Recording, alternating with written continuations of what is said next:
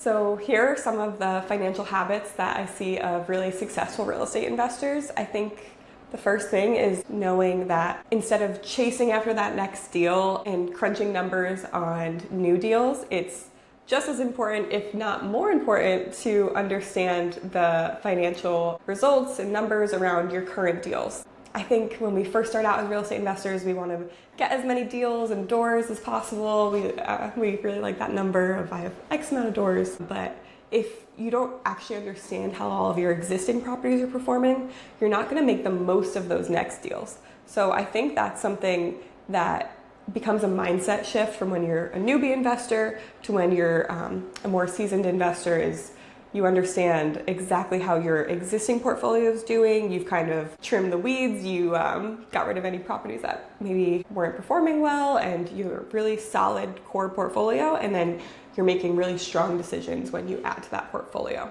Another financial habit that I see of my real estate investor clients is that they really understand that financial literacy is what helps you scale your portfolio.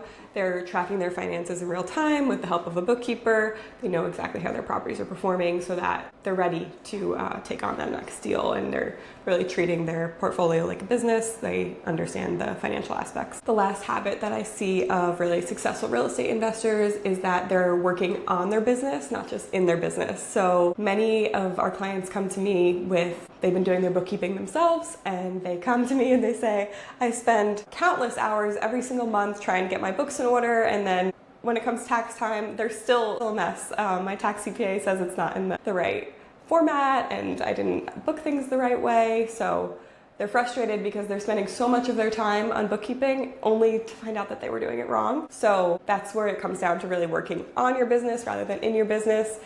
You should be delegating that bookkeeping, especially if it's not something that you know how to do properly. You can outsource your financial management and then really focus on the part of the business that you enjoy and that is going to generate more revenue, which is finding deals, analyzing deals, managing contractors, things like that.